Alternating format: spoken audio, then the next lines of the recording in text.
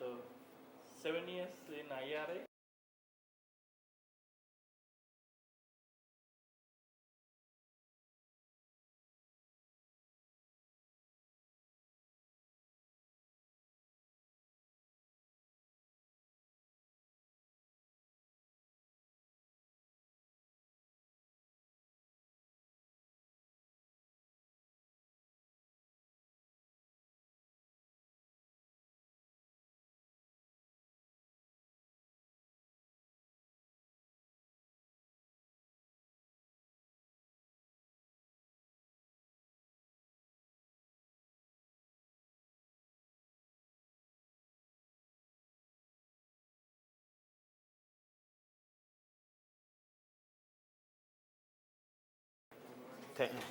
Thank you, Dr. Gopal. I am grateful to Dr. A.K. Singh for giving me chance to talk on this forum. And as you see, my topic is the transcriptomics and its application in plant science. So what I decided to talk on this topic in a level which is understandable to you, basically to clear the concept. I will not take too much of the technical things, and if any of you are interested to know any topic further, you are most welcome, like regarding any particular techniques or any topics, so you can contact me later on. And second point is that regarding transcriptome, you will see people often thinks transcriptome means the mRNA, which is a textbook knowledge or which we are being told canonically. But you will see that transcriptome means not only the mRNA, because science is changing every day and night. It is new discoveries are adding on this particular era. So I will be talking on some of the aspect on this. Okay. So specifically, what I am going to talk, I will be talking try to clear the concept on the gene versus transcript, and then why we need to study the transcriptomics, what is the importance of transcriptomics, and how we can study, what are the different techniques so far discussed, and how we can utilize them to study the transcriptomics. And then application of transcriptomics in plant science. I will give some of the example and different domain of the application of this transcriptomics, and their applicability to the plant science, particularly in plant breeding. And then finally, the common mistake of transcriptomic study. I do not know how much of you are going to use this transcriptomic study in your PhD or after that. So there are often some mistakes which lead to the error to the experiment. I will be telling in a very brief, because that is the very practical thing one should have, those who are going to study the transcriptomics for their research purpose. Okay. You know, if I ask you what is the percentage of the genome are being expressed, can anybody answer on that? This is a question normally if we ask the students common reply is 2 to 3% maximum, but rest we call as a junk DNA. But this concept is very rapidly going to change, because 98% genome is expressed. When I say that expressed means that it does not mean only the genome which produce the protein. The 1 to 2% or 2 to 3% genome of eukaryotic genome are able to produce the protein. But expression means that rest part, majority of them are produce the different kind of transcriptome which do not produce the protein, and that is why we used to call them as a junk DNA. But later on, today you will find that the junk DNA are considered to be the gold mine. What does it mean? It means that the junk DNA are very, very important, and if you see this, majority of the scientific people across the world are concentrating more on this junk DNA. So this is no more junk DNA, because these are the DNA which produce the transcript that are not code for any kind of protein. So then what is those? We call them as a non-coding transcript. Are you aware of this? Okay, fine. So, I mean that, or what I am going to tell you, that transcript means the transcript which produce the protein as well as the transcript which do not produce the protein. And then what does they do? That is what basically I am going to tell you. So, as I was telling, this junk DNA is considered to be gold mine, and because of the following reason. These reasons are that they content, this junk DNA content many regulatory sequence which express as a transcript or non-coding RNA, and this also provides space. Junk DNA provides space for the repeat region, and repeat is very important. Can anybody tell one or two biological significance of the repeat? What does the repeat, why it is used? Pardon me?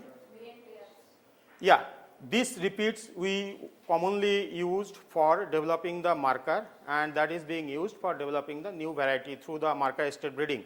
So that is also found in the junk DNA. It also provides space for the recombination and determines the genome size and evolutionary relationship. So this junk DNA is also responsible for expansion of the genome, and then contains genes that do not code for the protein, that is the non-coding RNAs. So which I am going to highlight today.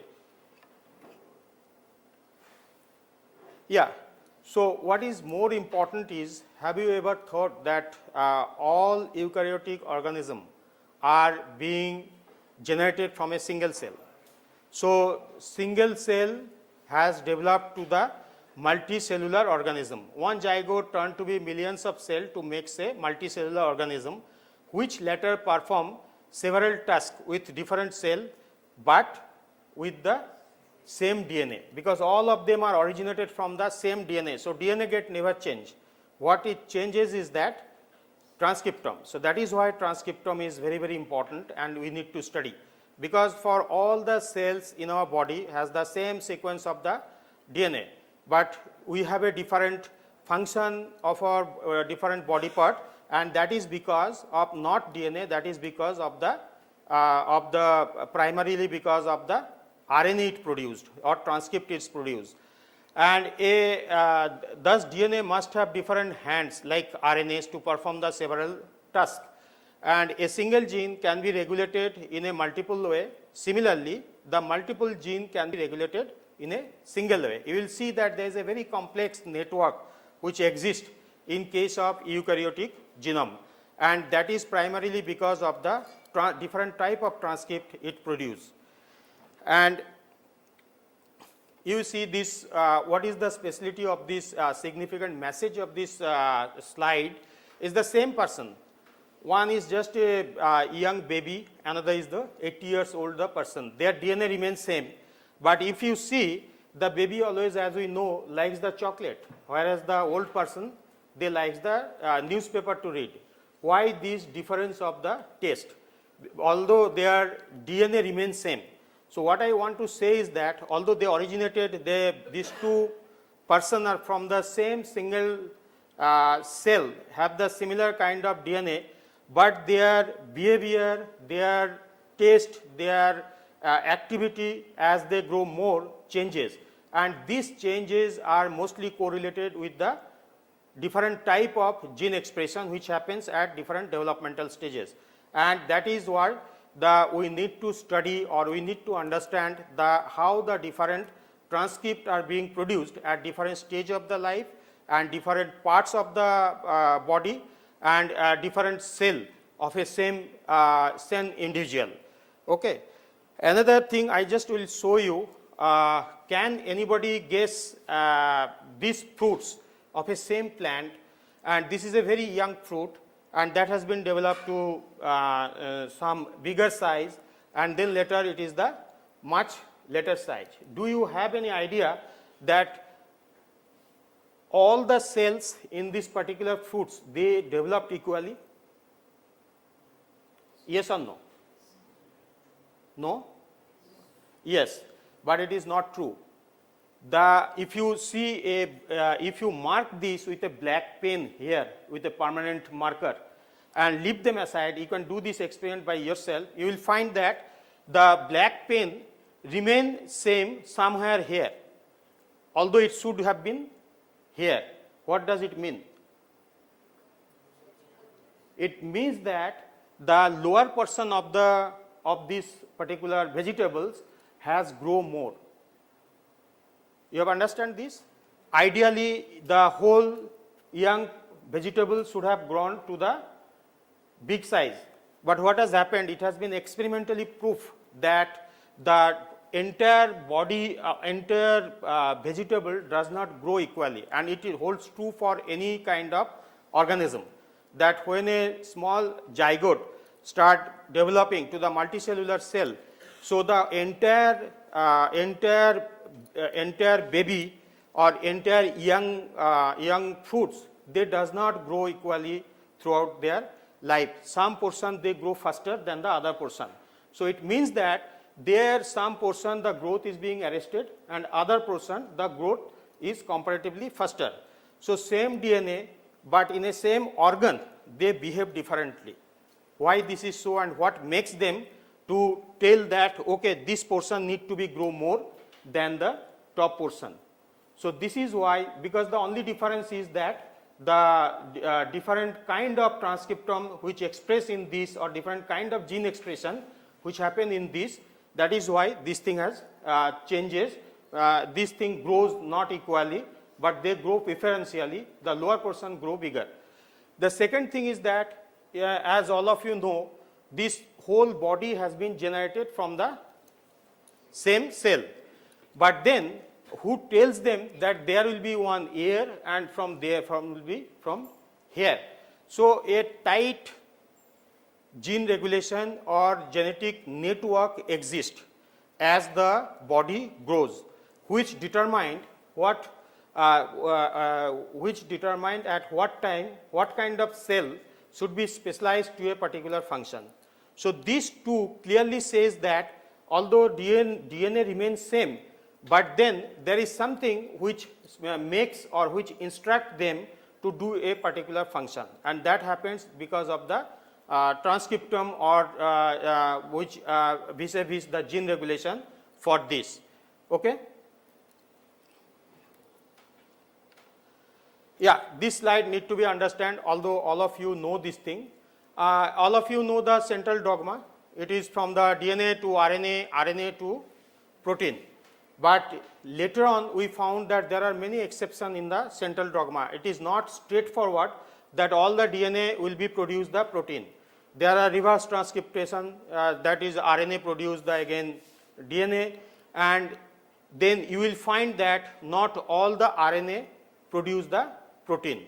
So it has over the time it has also been changed, and as a result now our understanding of the gene expression has told that there are three different domains for eukaryotic gene expression. One of them is the genetics, as all of you know, which particularly the Mendelian genetics, and then that is well studied and we all are well aware.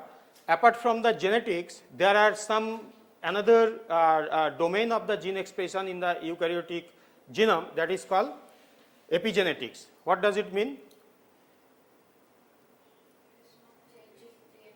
Huh? Yeah, exactly. Change in the phenotype without change of the DNA sequence. But how it happens? Methylation is one of the example. Again, it is a well studied mechanism, but there are many of this kind that without changing the DNA, your character or phenotype will change. The third domain, which is upcoming or which is coming up, is the microbial load, or we call the biota.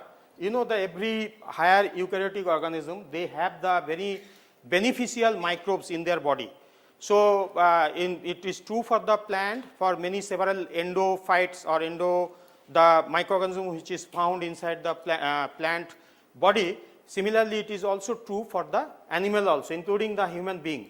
So it has been found now the papers are coming is that the microbial load which is present, or microbial the microbe which is present in our body also influence the gene expression, because you know that there is a probiota, or the things are there, they are also being now administered during some disease, so that they can cure some of the disease, but that is the extreme example of that. Otherwise, naturally a healthy person carry always some beneficial microbes, and which basically control or regulate some of the gene expression in our body.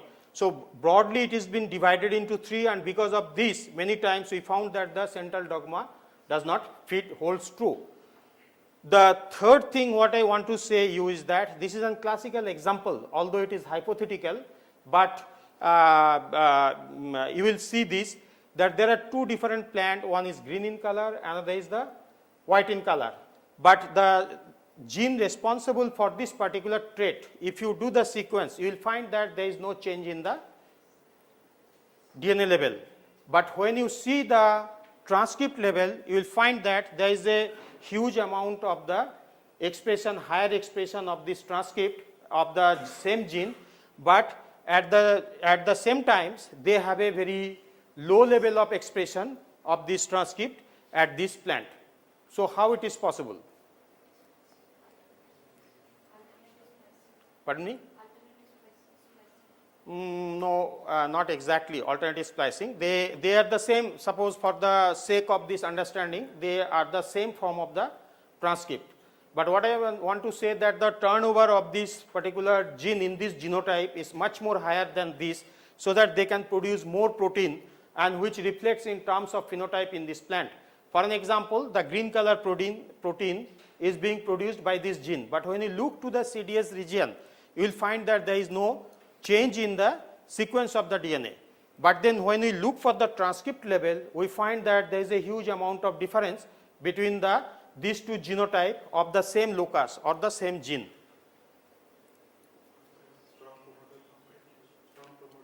Definitely there will be strong promoter here, there will be no promoter or weak promoter here. Yeah. So that is what he is telling is that, or simply there may be some amount of methylation here in the promoter region, or there may be some enhancer or other upstream regulatory sequence which is present in this genotype. Is it clear? Clear to all? So that is why that if you only look to the DNA, it may not give the complete answer to a solution until unless you are doing the complete study including the transcriptomics. Okay. So this situation also lead to several kind of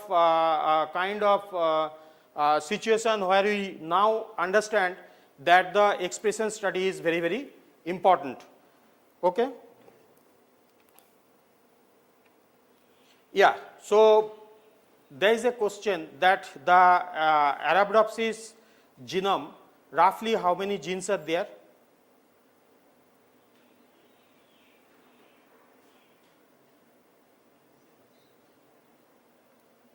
In Arabidopsis genome or in rice genome? Same. In Arabidopsis also it number varies, but it is on an average it is around 30,000 genes are there. But do you have that how many proteins they produced? Different type of proteins they produced in Arabidopsis in a proteomic study? Much more higher than the number of gene. What does it mean? It means that one gene produced more number of protein. That is why the number of protein is always higher than the number of gene it produced.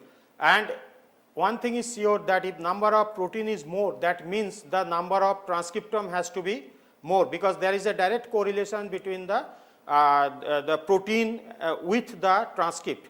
But the reverse is not always possible. As I said that there may be many transcript but little number of protein, because the many transcript do not produce the protein. But if there is a fixed number of protein, that many numbers of the transcript has to be there. So in Arabidopsis genome, more protein diversity is more than the number of transcript. How it is possible?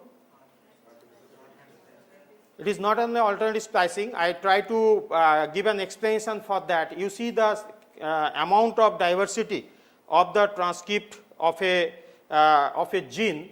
Here this is again a hypothetical example. You see this is the promoter, this is the transcription start sites, and it has the 3 exon, and it produces the normal mRNA, so which we call as a sense transcript, and then this sense transcript, because of this 3 exon, they produce the alternative splicing, which most of you or all of you know this alternative splicing. Anybody who doesn't know the alternative splicing? I think all of you know this. Okay, so different combination, preferential exon and intern retention, these are the common mechanism for producing the alternative transcript. So one transcript may form 6 different type of transcript, okay, and it could be even more than that. If you take the individual, there are 6 basic mechanisms to produce the alternative transcript, but depending number of the exon, the number of the alternative transcript may be higher, okay. So that much different type of alternative transcript is being produced here. Then there is another event that is called the natural antisense transcript. It is also being produced from the same gene, and similarly with the alternative transcript, they also go for the another round of alternative transcript with 6 different mechanisms. So same gene can produce from, you can see the different type of alternative transcript, and alternative transcript always lead to the protein, so different type of protein it will be producing. Then you come to the second thing, that it has the intron, it has the exon. Many gene, they produce several kind of the non-coding RNA from their intron. Say for example the intronic, there are many microRNAs which produce from the intron region. So same gene, they house for several kind of non-coding RNA, and similarly the exon is also housed for the several non-coding RNA, okay. So one hand the sense transcript, other hand the natural antisense transcript, then the domain is that intron produce several kind of non-coding RNA, exon also produce several kind of non-coding RNA. So that many types of the transcript one gene can produce, okay. And top of this, many genes, they have the another promoter inside the gene, okay. So why this is so? This is again to introduce the diversity of the transcript. So many genes, they produced, say for example in this gene, earlier I was talking about the full length, now you see there may be another promoter within this gene with the 2 exon, and the entire things can be again repeated. So this is just to introduce the diversity of the transcript, and which again produce the different type of protein, and to fight or to meet the demand of various kind by the plant cell, okay. So please remember that the one gene can be expressed in many different ways. Yeah, this is an example of that how natural antisense transcript significantly involve the regulation of the drought state in maize. This is one of the example just I brought to make you understand, but you will find that there are several other paper. So anything on this gene are responsible for determining the character, and due to which the same cell, they perform the different kind of task, okay. Yeah, this is a glimpse to show you that how the actually cells looks like. In a cell, there are 3 different type of RNA polymerase, RNA pol 1, RNA pol 2 and RNA pol 3. Mostly we concentrate the RNA pol 2 because it directly codes for the normal mRNA. But apart from that, the RNA pol 2 also codes for many kind of non-coding RNA or non-coding transcript. And in a cell, it looks like this, although we do not have any instrument to see directly what is going on in a single cell. But if you see this, the cell looks like this. Several kind of event mainly to produce or to process the transcript is going on, because once the DNA replication is there, there is not much activity with the existing DNA.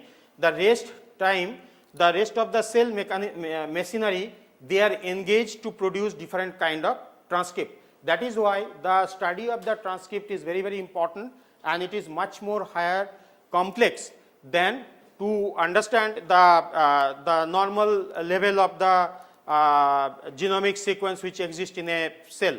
Because as I told you earlier, the DNA remains same, while the dynamics of the transcript get changed as and when necessary, depending on the either external stimuli or depending on the need of the body.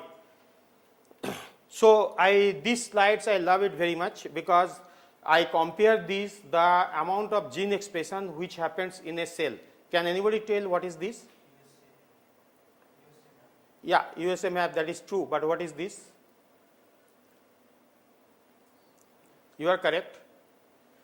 This is the NASA photo taken in a midnight in a USA. See, this is their flight, number of flight at a point of time. So similarly, I compare this with the gene expression. At any point of time, if you see the cell, there will be many type of gene expression or the transcript they are being expressed, and then they interact. You do not know this. This is called, as a slide was showing in a system biology classes. They says that every flight is having some network with one point, because they have one point to origin and one point of destination. In between, the same point of origin are being shared by many flights, and the same destination is also being shared by the many flights. Similarly, in a cell, several type of gene expression occurs, and then there is a network which ultimately lead to some pathway that basically controls the phenotype of a genotype. Okay. So any questions so far you have? Okay, now yeah. So which strand of DNA will be transcribed? Please sit down. Which kind of? Which strand it will transcribe? It depends on. Yeah, that is a very good question, that which strand, just to go back into these slides, that out of this many, at one point of time, which one the cell will adopt, it depends on the type of necessity that the cell feels. It is very difficult to say that, that at what point of time, which kind of transcript it will produce, because the knowledge or understanding in this dimension is not yet mature, but we know that all of them are required for the gene expression of a plant. Say for example, I have shown you purposefully, because we all know this, that this produces mRNA and this produces a protein. Most of the time we deals with that, but just for to show you this thing, that I have brought a paper where they have shown that not the sense transcript, the natural antisense transcript of a gene, they are required in a particular time of a maize in a drought. So at this point, that it is basically it's difficult for me to say out of this many transcript which one will be produced for this. Even I'll show you about the alternative splicing also a little later. Fine. Now I'll ask you one basic question. How do you define the gene?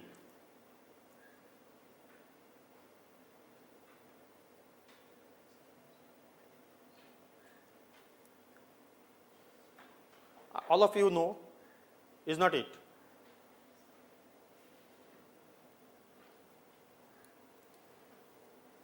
How do you define that?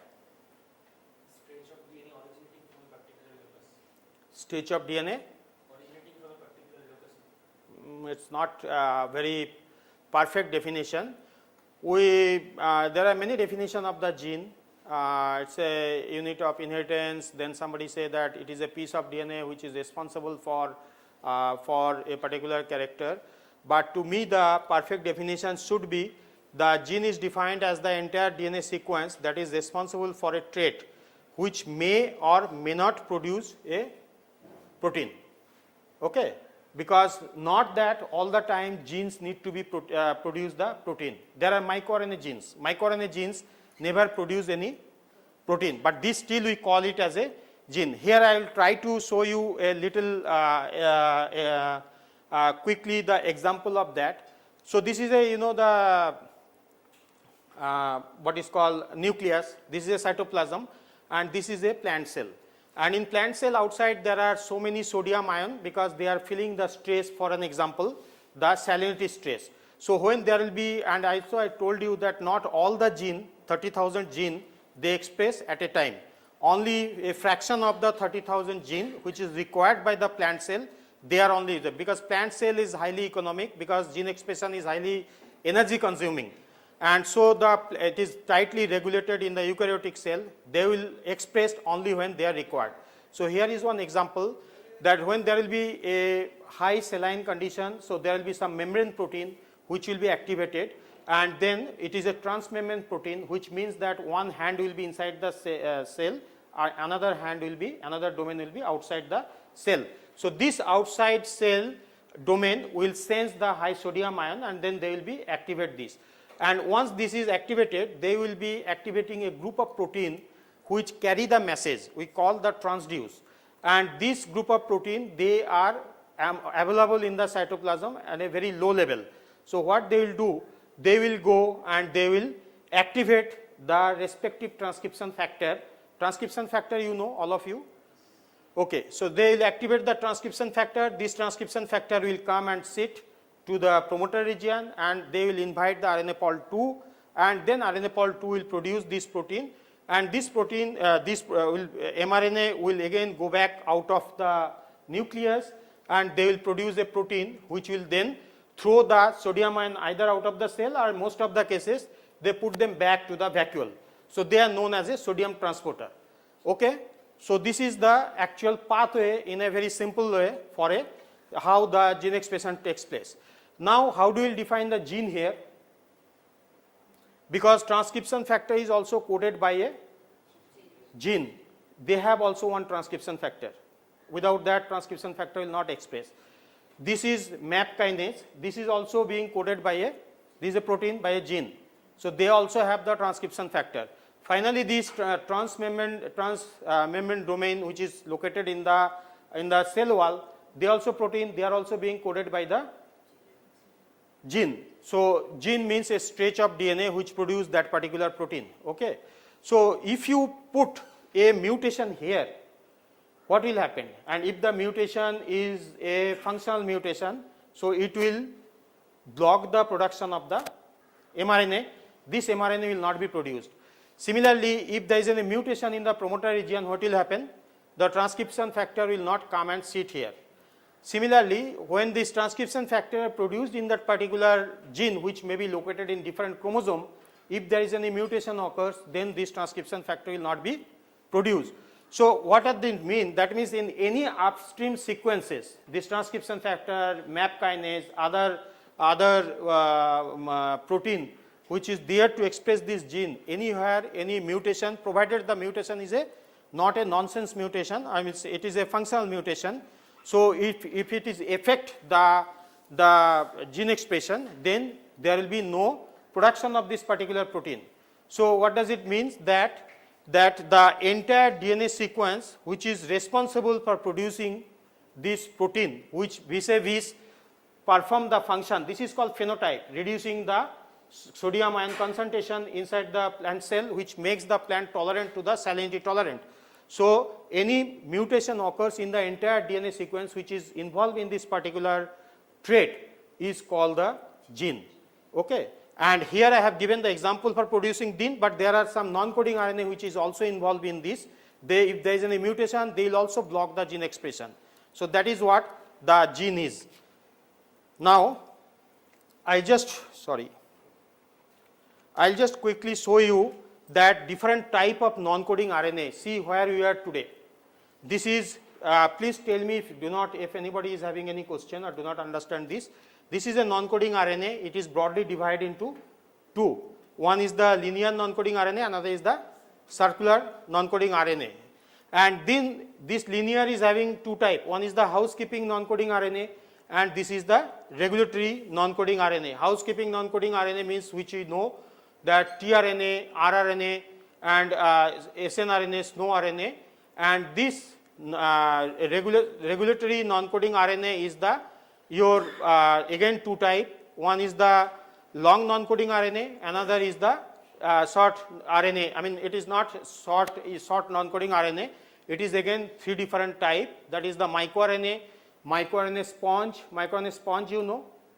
MicroRNA sponge is the small microRNA complementary sequence whose task is to block the microRNA, so that microRNA does not do any function. So it is complementary to certain microRNA, so they block the function of the microRNA. And then there is a siRNA. siRNA is again fussy, then TACI, and then natural antisense siRNA.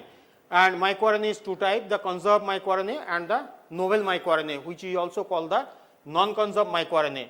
Similarly, the circular RNA, which is circular in nature, they also play the important role for the gene regulation. It is again different type, exonic, intronic, depending on the place from where they origin. As I told you that exon and intron also house for several kind of non-coding RNA, UTR specific. So this circular RNA is also a group of RNA, and in the similarly the LNC is also different type, that intronic, exonic, sense, antisense, bidirectional LNC. LNC is the long non-coding RNA.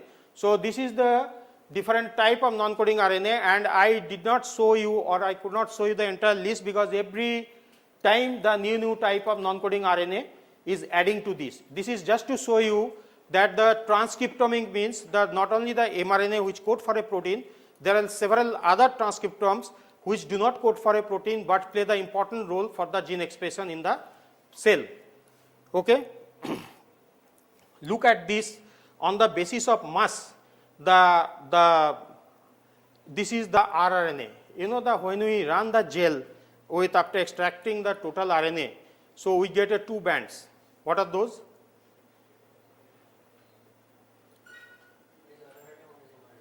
Yeah, another is? No, if we run the gel, normally we get a two different type of bands. No, one is the upper band and then one is the lower band. So what are these two? Yeah, this is the rRNA, but what about the mRNA?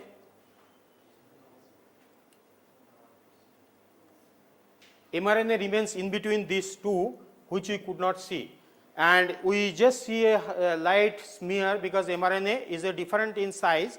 So and their concentration is, you can see this is the mRNA. So if you have this much of total RNA, which one will be seeing? We will be seeing the blue color or we will be seeing the green color? Definitely you will be seeing more blue color, and blue color is the same in size, and the mRNA is in different in size. So you will see the smear. We normally do not see when we run the gel the mRNA. Okay. So in a cell at a time there will be more rRNA, and because their requirement is high, and there will be very little mRNA compared to the rRNA. But our understanding at present is much more on the mRNA with compared to the other non-coding RNA. Particularly if you see that the LNC is this much and other non-coding RNA which is very less, and the slide which I shown you just before, so you can see that how much things yet to come to add into the knowledge. That is what I am just want to say. This is some of the function of the non-coding RNA or non-coding transcript, the regulation of the structural organization, epigenetic modification, as you know, the methylation and several other things. Then secondary siRNA generation, then transcriptional interference, then there is a translational modifications. They act as a precursor for the different kind of small RNA. Non-coding RNA act as a precursor for or act as a house for different type of non-coding RNA and modification of the alternative splicing. So these are some of the function which are there with the non-coding RNA. Now I will just tell you another topic, what are the different type of techniques which is available today for study the transcriptomics. Okay. So as we know, the very low throughput and through which individual transcript can be studied are the semi-quantitative PCR, all of you are aware of this, and then the qPCR. So in this two technique we can take the individual transcript and study their expression level. But as on today, if we want to need the global transcriptome study means at any point of time in a particular cell, how many transcripts are there or how many transcripts differentially expressing. So for that reason you have two different type of techniques are there, and again they are divided into two different groups, that is the hybridization based approach, that is your microarray, and then another one is the northern hybridization or the reverse northern hybridization. In these two techniques of the hybridization based, Again, this is low throughput because here individual gene expression we can study, and in microarray you can study a large number of transcript. Okay, but there is a sequence based approach for studying the transcriptomics. One is the Sanger sequence, where we can take individual transcript and do the sequencing, and then there is a for long time there was some tag based method was there to study the differentially expressed transcript. Some of them are DDRT, MPSS, SAGE, and if anyone you are interested to know details, you can just contact with me, I will give you the details protocol. But all of them were used for a long time to study the different differentially expressed transcript between two condition or two different tissue or between two different organ. But of late, now we have a robust techniques which is high throughput, and you must have already heard several lectures on this, that is your RNA-seq. So I am not going to details on this, but only main point is that what is the advantage of RNA-seq over these techniques? Just tell me 2 points. One is the speed is high because it is a high throughput. Large number of RNA can be done this thing, and sensitivity is also very high because here you can detect more accurately the amount of transcript which is differentially expressed. Apart from that, there is one big advantage over this than they say, for example, the microarray, which is also still today we use this. What is the advantage of the RNA-seq through NGS over the microarray? Yeah, it is sequence based and that is hybridization based. So what is the advantage of this? Number of transcript can be. So transcript annotation will be higher in case of this. Annotation will be stronger. Annotation is a little different thing. Any others? Just what is the advantage of this? Can you tell me? RNA-seq over the microarray. You know the microarray, what is this? Microarray means a fixed slides on which you know that what kind of genes are there. They are before prior to your experiment, they are being fixed on the slides, and then the slide is given to you, and then you try to find out what are the gene in your tissue they are present by putting the entire RNA population on that, and on the basis of hybridization, wherever you will get a signal, you will say that these genes are present here. But in this case, in case of RNA-seq, that is not required, because this is the sequence based approach. So the major difference is that in case of microarray, you will not get any novel transcript, or you will get the transcript which is present on your slides. But in case of RNA-seq, you will get the novel transcript or very lowly expressed transcript. Lowly expressed transcript means there are some transcript whose abundance are very, very low. So that will be very difficult to get the signal and then in the microarray. But whereas in RNA-seq, you will be, because of the robustness of this technique, you will be able to detect that. Okay? Well, then the last but before topic is that application of transcriptomics in the plant breeding or plant science. Number one is the gene discovery, much of we know, and then there is differentially expressed gene to find the pathway or find the gene which is responsible for a trait. Then the third one is the QTL with expression analysis. It is called eQTL. Are you aware of this eQTL, all of you? Okay, I will also just tell little bit about this. So this is QTL with the expression study, for which the transcriptome data is required. Then the isoform detection, alternative splicing, and then development of the genetic marker of SSR. All of you know this thing, but there is a special case for which the transcriptomic SSR, or rather popularly known as genic SSR, is required. I will tell you. Then single cell transcriptomics. Have you heard about it? That single cell transcriptome is copying a very large way, very big way, and this is very recent concept. And then there is a non-coding RNA, where I will show a little bit about my work also. So I will go by one. This is, all of you know, this is a gene produce the mRNA, and now for gene discovery you want to know the function of a gene. How do you do that? Yeah, exactly. So you would see that it is written here already, that you just overexpress this. So this is maybe native gene in red color already present, but then this is the foreign gene, or in this case the transgene, which you will add in this, and you look for the phenotype. Phenotype means the change in that particular plant after putting this foreign gene here. And once you get the phenotype, then the next step is that how do you know that your phenotype is because of this, whether it is correct or not. So normally we do that the complementation test. In complementation test, the native genes are being silenced. So there are many knockout lines, as many as the number of genes in Arabidopsis, those lines are there where individual Arabidopsis plant particular gene is cut. So in this Arabidopsis plant, this gene is cut before, so it is non-functional. Now you are putting the same gene here. So because of this gene, they will miss one of the character, and if you are reverting back this gene, so what will happen? You should get the same phenotype back. So this is called the complementation test.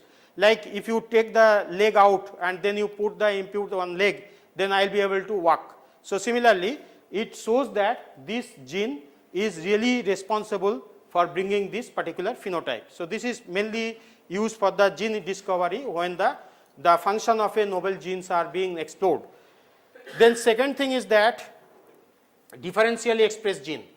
There are two type of conditions always which we compare. For in here the example is that one white color, another green color plant, and there are two gene. One gene, in this case gene A and gene B, and in this plant when you do the any kind of study, either microarray or qPCR or the RNA-seq, we see that they express in 2 copy here, same gene, and the same gene in this plant they express in 4 copy. So what does it mean? That 4 divided by 2 is equal to plus 2, so we call that twofold increase of this gene A. But at the same time, some other gene, if you see different gene, if you see that in this plant they are expressed in 4 copy number, but here the same gene in this plant are expressed in 2 copy number. So here it is 2 divided by 4 is equal to minus 2, we call that minus 2 fold change, or it is we call as down regulation. Okay, so this gene has been down regulated, this gene has been up regulated. Later on we compile to see that how many differentially expressed genes are there, we take them and we use the computer software to know the ontology of the gene. Ontology means the function of the gene, and then again we try to put them to the some pathway to see that what are the biochemical pathway through for which this particular plant is having the phenotype. So those kind of study are being used, differentially expressed genes. Through that we discover the pathway that is responsible for a particular character, and we use some kind of statistical tools here, the student t-test, ANOVA's test, all these things are used. But to discover the pathway, we normally take the differentially expressed gene, in this case A and B. There will be some third group of gene which we call as a reference gene or housekeeping gene. What is that? In their number will remain same in these two cases. So here if they are expressing in 3 number, here also they will be in 3 number, which means that their expression will not change even if the different condition or different genotypes are applied. Those genes are called housekeeping genes, and they are excluded for discovery of the pathway because they did not play any role to, or they do not contribute anything for the coloration of this plant. Okay. Well, the third one is the eQTL, for which the transcriptomic study is there. There are several modifications of the QTL detection technique. This is just to add the sensitivity or the accuracy of the QTL detection. What has happened in case of normal or agronomical or canonical QTL, we take the genotypic data and phenotypic data of a population, and then we identify the chromosomal region through statistical tool to see that which portion is responsible for particular phenotype. This we all know. But in case of eQTL, we take the genotypic data and expression data. So we do the RNA-seq analysis or the microarray analysis, and then these two we add. Then here we try to find out what is the chromosomal region that is responsible for the higher expression for that. And later on, this higher expression of the gene in this experiment are superimposed with the phenotyping data on this, and then we detect that what are the gene that is responsible for this. So what is the difference between the eQTL with the QTL? Normally in the eQTL, we add the expression data which is missing in case of canonical QTL or agronomical QTL or normal QTL study. By doing that, we discover several regulatory sequence which vis-a-vis the SNP marker that controls the trait of interest. So therefore, we call that if the expression of each genes that is responsible for the trait, but the genes controlling the expression of the gene is called eQTL. So in case of eQTL, you will find that many region which is expressing very high may not be detected in this. For an example, here you see this is the SNP which is there in this genotype. They have A and G. So 3 different types are there, heterozygous, this is homozygous, and this is heterozygous. Particularly for this SNP, one gene is there, they are expressing 1 copy number. Is it visible? They are expressing here the 2 copy number, the blue lines, here they are expressing the 3 copy number. But if you see the phenotypic data, it may so happen that in case of one, the phenotyping data is high, and then it will be the middle, and this will be the lowly expressed. But if you combine together, say for example, in case of QTL, you will find that there are 2 regions which is having high LOD score. But when you do the eQTL, you will find that there is one of them may match. So we call it the co-localized or along with the QTL, but other one which is not present in the normal QTL. What does it mean? It means that there will be some transcript which will be highly expressed when you study the eQTL, but that will not be visible in case of QTL. What does it mean? That they do not code for any protein. They are the regulatory non-coding transcript which helps to express the other gene which is responsible for the phenotypic character of the QTL. So basically, if you add the eQTL data with the QTL, then your detection of the QTL become robust. So that is why the transcription data is being added in case of the eQTL. Okay.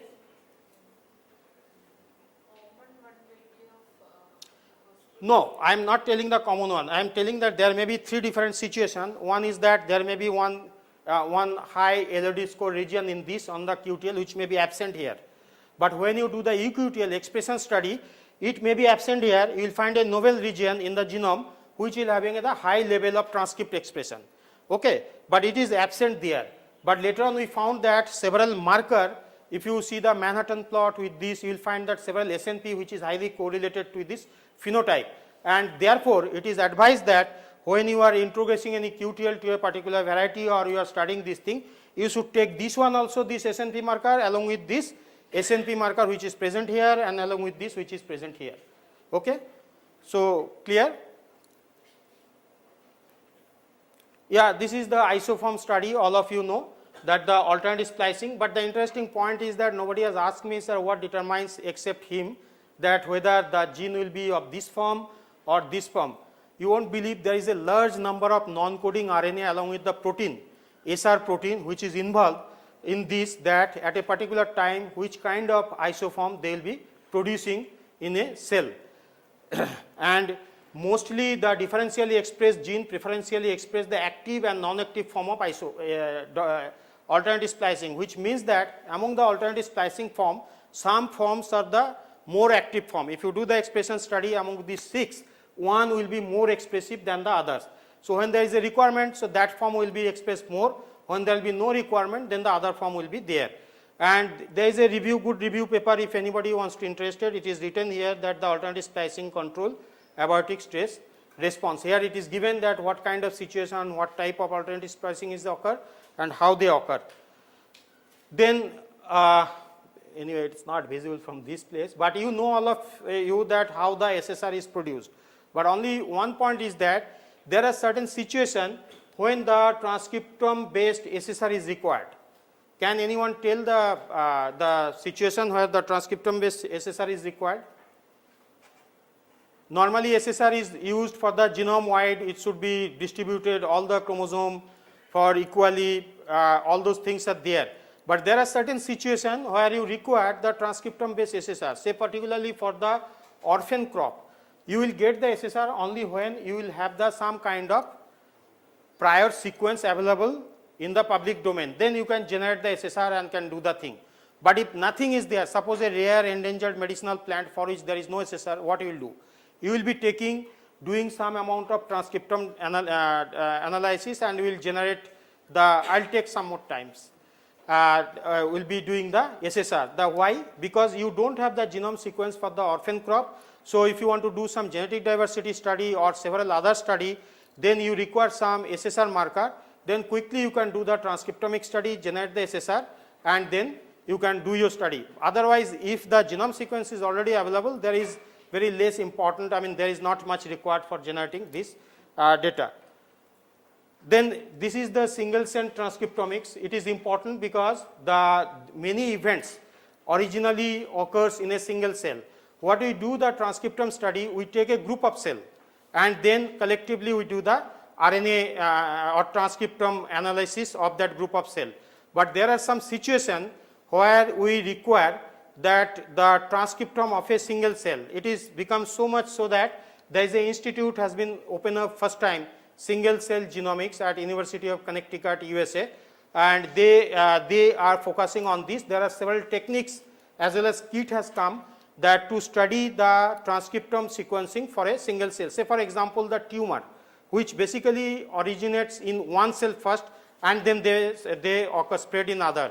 The organ formation of the plant, shoot formation or branch formation, they originally occurs in a single cell, and then who determines that cell to do the go for the organ, that all are will be addressed very efficiently by studying this the single cell transcriptomics. Fine. So as I told you, the non-coding RNA. So in the non-coding RNA, there are main was the microRNA. I think all of you know the microRNA. It produced from a large transcriptomic data, and then through the hairpin structure, it produced the mature RNA. This becoming more important that it is a paper on the rice. So many microRNA are involved for the grain trait, because the yield is the #1 trait in rice. You see the list is there. It is a 2019 paper. So many microRNAs are there.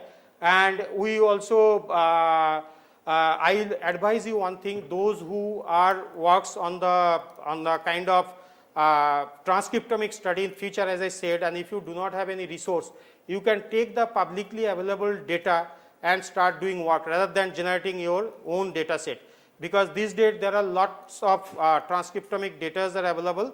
So you can use them and you can generate some fruitful data on that. We have also done the same thing, and we have taking the public data. We have done the microRNA in tea, and then the microRNA in the all kind of wild rice. The wild species of 10 different wild species of rice, taking the publicly available data. So that is the advantage, that if you know the analysis of this transcriptomics data, then you can take the publicly available data and can generate some useful things.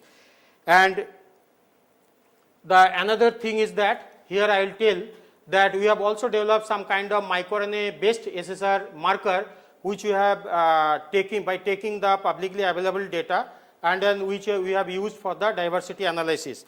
And then we have find out that some of the microRNA based SSR data are also linked to a particular trait, that is the salinitis trait.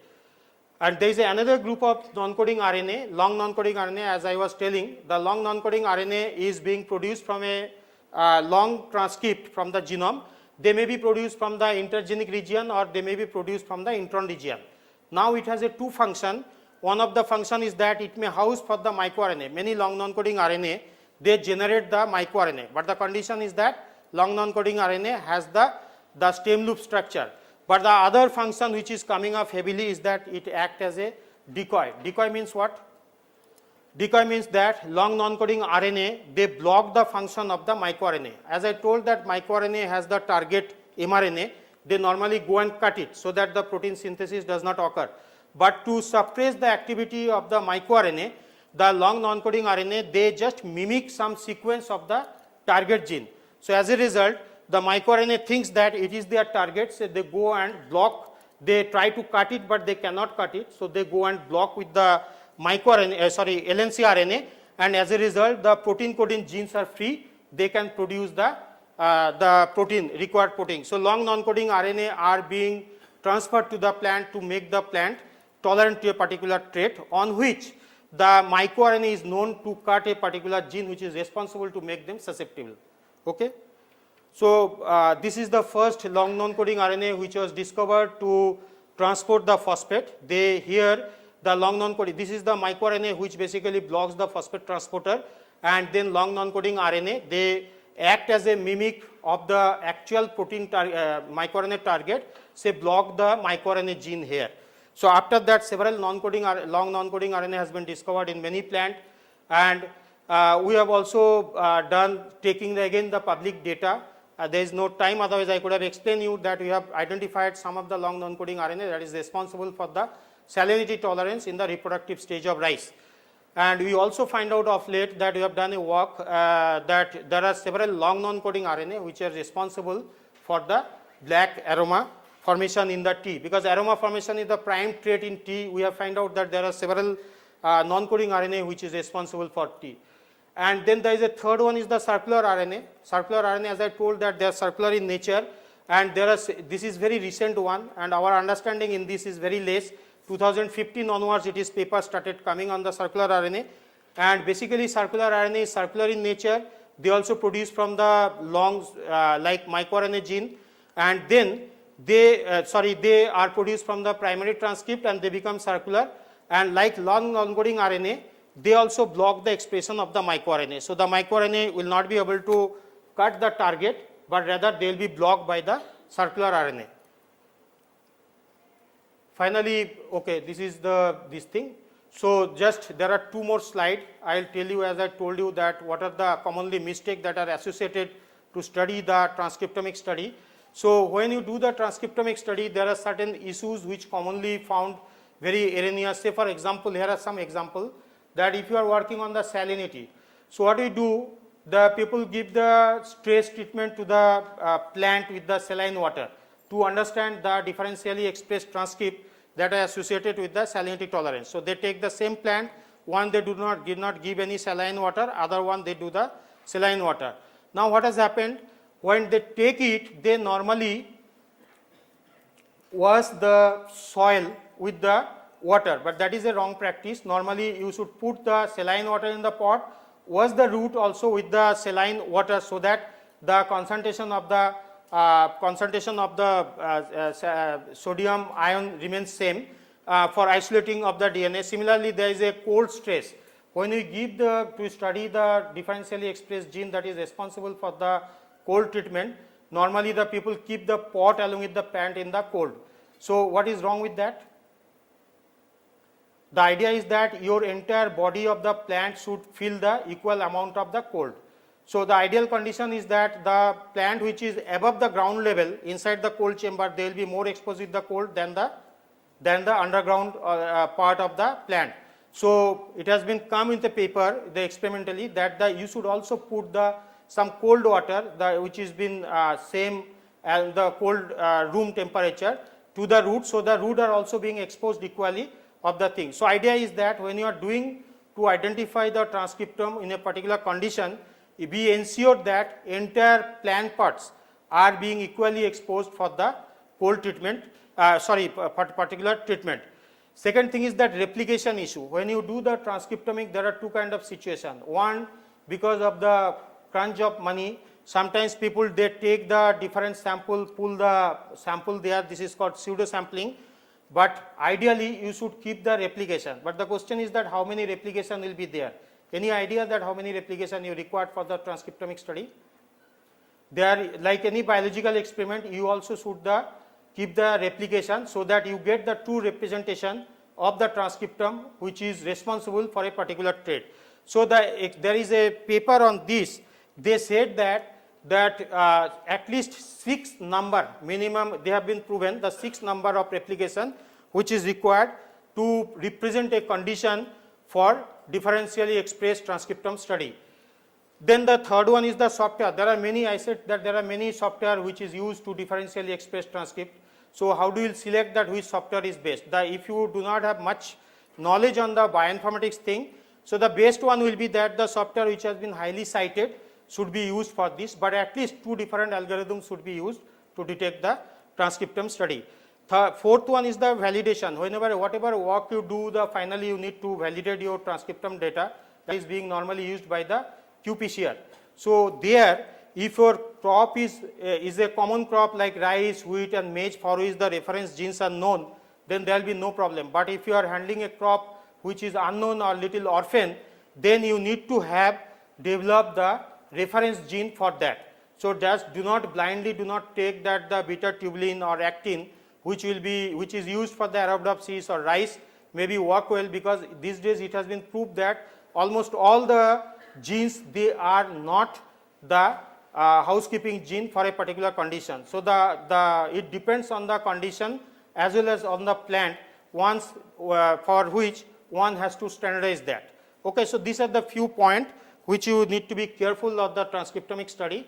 So that is all. Lastly, this slide is very very close to my understanding. It is that it is not the strongest of the species that survive, not the most intelligent one, rather the most adaptable to the change, and this is purely genetical. As I told you last 1 hour, that this change is highly related to the gene expression, and gene expression means that the transcriptome, but that is why the transcriptome study is very, very important.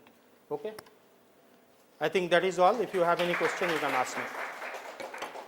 So this is the students who associated some of the work has been done with me, and this is the past student. So I am grateful to them. Some of the slides, they have been generated from there.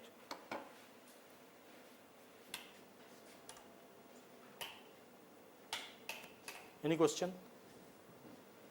Yeah. Sir, how will you do single cell transcriptome analysis? Okay, so there are several techniques. The most common technique is that LCM, laser capture microdissection technique. That is the technique which is widely used. That is the technique which is based on the fixing the cell on a particular media, then isolate the cell under the microscope, and then the transcriptome. So when you fix the cell, all the transcriptome which is expressed in that particular time has also been fixed. Then you recover the transcriptome from there, and then you do the make the cDNA, and then the sequence those cDNA, so that you will get the idea for what are the transcript which is present there. So there are now standard very strong technique as well as kit has come up to study the single cell genomics. Sir, transcriptome at tissue level will be different from single cell level. Yes. Then what is the urgency to study single cell transcriptome? Oh, very important question. I told already that there are many events which occurs in one cell. I have given the example, the organ development, or the many times the cancer in animal cell, they occur. So if you want to really know that what are the cell, what are the genes which is responsible for triggering that particular event, so for that reason, if you take a group of cell, that will mislead you.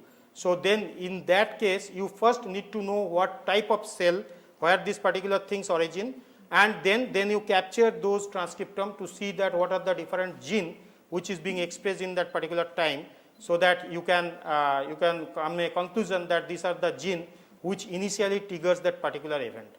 That is the prime requirement to know single cell genomic study. Thank you, sir. Sir, how much reliable are the transcriptome based SSR? Because variations will be less in case of gene within. Yeah, you mean that most of the genes are conserved, and that is why the SSR which will be produced out of the transcriptomic are also should be produce the very little less amount. Actually, this is the arguable thing, but I told you that the prime requirement for generating the transcriptome based SSR or the genic SSR for a crop for which the genome sequence is not known. Say for example, there is I'll give you a little more clear situation. I need to do the genome sequencing for a crop. Say that is called, say for example, that Picroigus corpifloriflora, highly endangered, not much people knows about it, occurs in certain pockets of the high altitude of Himalaya. What we will do? If I do not have the genome sequence prior, so I need to choose a particular genotype which shows that very low amount of heterozygosity. So to know, because why? Because in genome sequencing, it will be very easy to assemble the data if my genotype is having a very low amount of heterozygosity. But how do you know that low amount of heterozygosity? In that case, you need to do some kind of DNA genetic diversity study. So quickly you can do, you can take some tissue and do the transcriptomy, because it will cost around 2 to 3 lakhs rupees. Generate some data and you will get enough number of SSR, and when you take the 100 SSR and you do the wet lab validation, at least you will get 10 to 20 numbers easily, which can be used to study the genetic diversity of that particular species. Collect the sample from different places, choose one genotype which is having very low amount of diversity, and then that will be suitable for the genome sequencing of that particular genotype. So this is one of the example. Otherwise, if your genotype, if your plant is having the genome sequence, then there is no need for the transcriptome based SSR. I mention here because just to show the importance, and what I told, that is very practically being done. When nothing is known, we take the EST from the public database or generate the transcriptome sequencing to do the SSR and do all kind of genetic diversity study for that purpose. Thank you, sir. Sir, another question, sir, from transcriptome itself, can non-coding can be generated? Yeah. So you mean that your question is that whether from the transcriptome data non-coding RNA can be generated or not? Yes, why not? Definitely. When we do the transcriptome study, I told that it takes all the expressed RNA. So some of them will be the protein coding RNA, most of them will be the non-protein coding RNA. So from there you can easily identify that which one is the non-coding RNA. In fact, I have shown you my own work where there was no genome sequence at 8 years back, but we wanted to do some microRNA study on T. So we took all the EST data from the NCBI and we have developed some kind of analysis pipeline, and from that NCBI we have identified that those microRNA, and then later on few of them we have validated this. So it is possible that you can take the non-coding RNA information from the transcriptomic data. Thank you, sir. Sir, by using transcriptomic studies, how can we say a number of genes controlling a particular trait? Can we say, can we find out number of genes controlling? Number of genes, no. Ideally, it is very difficult to identify the number of genes that is responsible for a particular trait. But what we do, we take a particular condition or particular differentially expressed transcript to know at least some amount of transcript which is responsible for the particular trait. I will give one example. Take one variety X highly tolerant to the salinity. Give a saline treatment, take the leaf, do the transcriptome study. You will get some set of differentially expressed transcript, and do the analysis, you will get a pathway. There is another genotype which is Y of the same plant, but if you do the transcriptome study after getting the saline treatment, you will get two type of situation. Number one, many genes which is common in this type you will get here, but apart from that you will get some kind of novel transcript with a novel pathway. Then you will add to that into the information from the second experiment, from the second genotype, that I have got an extra transcript or a number of gene that is involved on the salinity tolerance of the plant. So it is very difficult to say through the transcriptome study the entire set of gene responsible for a particular genotypes. There are several reasons for this, but then we do that to know the particular gene which is responsible for that particular condition as well as the genotype to know that information. Sir, in case of genetics, usually we go for phenotypic data. For qualitative traits, we will say there is a segregation of 3:1. Can we say in expression studies like 3:1 ratio? Yeah, in eQTL, yes, the similar kind of, it is also follow the same thing, but in case of eQTL, it is also the expression analysis is also being done in the segregating population. So, but the only difference is that they enter the expression data do not mean for the protein coding gene. So there are extra many regulatory sequence which does not go to the protein ultimately, but being expressed to control the expression of the protein coding gene. That extra information we get to the eQTL study. Otherwise, they also follow the Mendelian genetics. Sir, and one more question you said about reference gene. how to develop a reference gene for a particular. Okay, so I said that do not take the common reference gene for each and every study. There are many reports earlier we used to do, I have done, many people have done, that tubulin is known to be the #1 reference gene. It was reported in Arabidopsis, rice, so you have taken it for tea or you have taken it for other crop, but later on it has been found that within the beta tubulin there are 5 or 3 different members, and all we call it paralog, and all the paralog are not equally responsible for a particular trait, and even if the tubulin of rice may not be suitable for the tubulin for your crop of study. So for that reason you have to develop the reference gene by yourself. In that case there are number of software, with the help of software you have to take several type of gene, and then you have to study their expression in a particular condition. Once you will get the expression value or expression data, with the help of software you will come to know that what are the gene that can be used for the reference gene for your particular crop. So now blindly taking reference gene from previously reported paper is not very valid option. So everybody, if it is done for any prior to you for that particular crop by somebody, then you can believe on that reference gene. Otherwise it has been shown that there is no true speaking housekeeping gene, and it varies, their expression varies depending upon the concentration, condition, genotype as well as species. Okay. Thank you, sir. Sir, in gene silencing, mRNA, there will be long non-coding sequence that will be complementary. You said that makes the, because of decoy effect, there is no silencing. Yeah. Then how do you overcome that for gene silencing? No, I did not get that.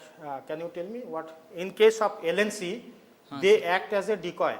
They act as a mimic. They pretend that I am your target gene. Yes. So microRNA, they make the microRNA full. Yes. MicroRNA will come and they try to chew them, but they cannot chew them.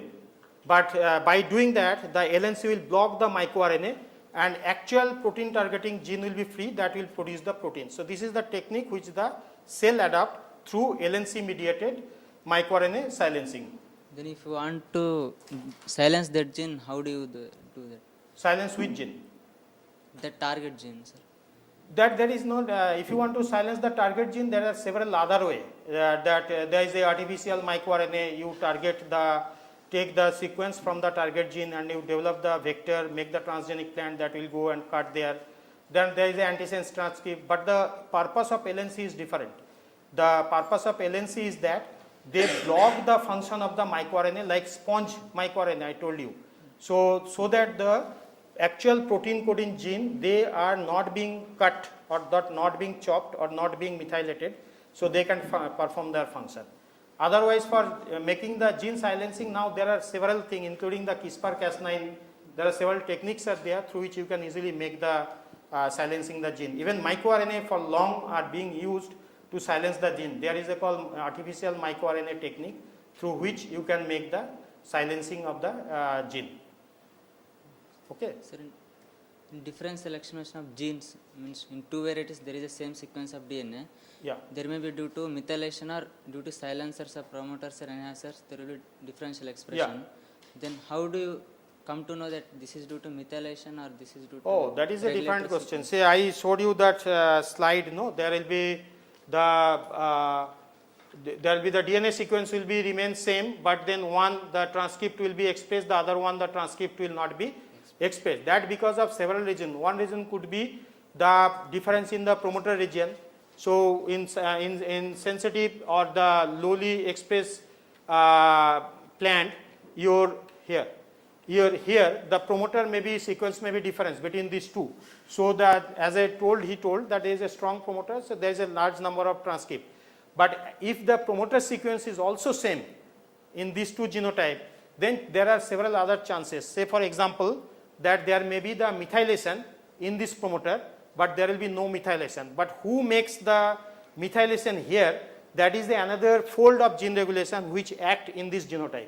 There is a signal molecule in this which will tell, although the promoter sequence is same in both the genotype, but there are several enzyme, methylase, they will be active in this genotype, but they will not active in this genotype. So there will be another layer of the gene expression of the methylase in this genotype, due to which this promoter will be methylase cytosine base pair, but that is those methylase enzyme will be switch off in this genotype, so the promoter will be functional here. Okay. You will have to go step by step. It is not that you will go Straight away, yeah. to methylation. And how do you know that methylation is occurred? There is a technique through which you can know that we call bisulfate sequencing. Bisulfate sequencing is a easy technique through which you will be knowing that whether methylation is occurred or not. On that, okay. Sir, can we take KLI to study the developmental biology of how the shoots are forming and everything from Yeah, tissue there is a culture? lot of Wu cell is there. There is a Kalin, yeah. From tissue culture, sir. KLI. Huh? Callus. Hi. To study the developmental biology of the Your plants. question is, can we take KLAS to study the developmental biology? Yes, sir. I mean, it's not really covering in this talk, but I'll tell you that what is your purpose of this thing. Because what I told that single cell genomics, this is widely studied to study the meristematic tissue development. The discovery of the Wu cell has come from there. There is a one cell which get triggered to develop the shoot primordia, and people try to understand what kind of genes are there.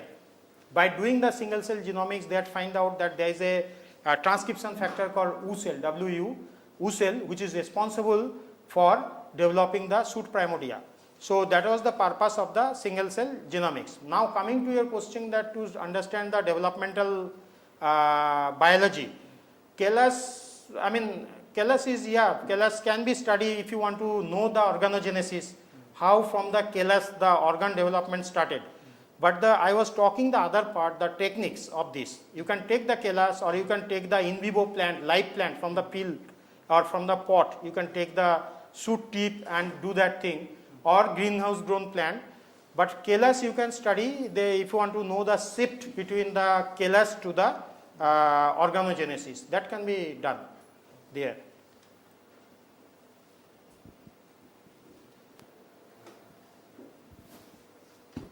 Sir, in case of EQTL mapping, what is the sample we should target? Because we may have different regulatory RNAs like in EQTL, micro. the thumb rule, they say that you have to take the segregating population, and that segregating population should have the genotyping data, like the genotyping data could be the GBS, genotyping data could be even the gene chip if the crop is well known for which the gene chips are available. Top of that, depending on the trait of interest, say if you are studying the flower color of the QTL or EQTL to determine the flower color, you have to take the tissue which is related to that particular trait.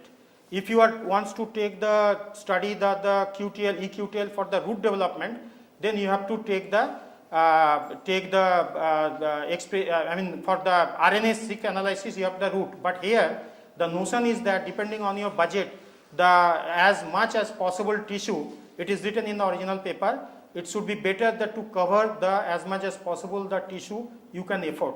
But you have to make a striking balance between the number of tissue which is related to the trace and the budget available for this thing. But you have to take the segregating population to study this, like the same segregating population which has been used for the genotyping for this, because here the genotyping as well as the expression data, RNA-seq data, both will be required. I ask this because, sir, we have some microRNAs which will be transcription will occur in roots and they will travel all along the plant to regulate the mechanism in leaves. So those microRNAs, how those will be? So they see this. That's what they say, that it is you take the tissue as much as possible. In this case, you can use the whole plant. So anyway, you will be getting their expression, whether they are expressing in the root to the leaf after transporting and functioning in the leaf. So ultimately the target is that you need to get the expression data, how much this microRNA are being expressed. If you have money, I'll take that you take the separately root and as well as shoot. But if you do not have money, then you have to take the whole plant if the plant is small, so that you will get the expression value for that. That could be the answer.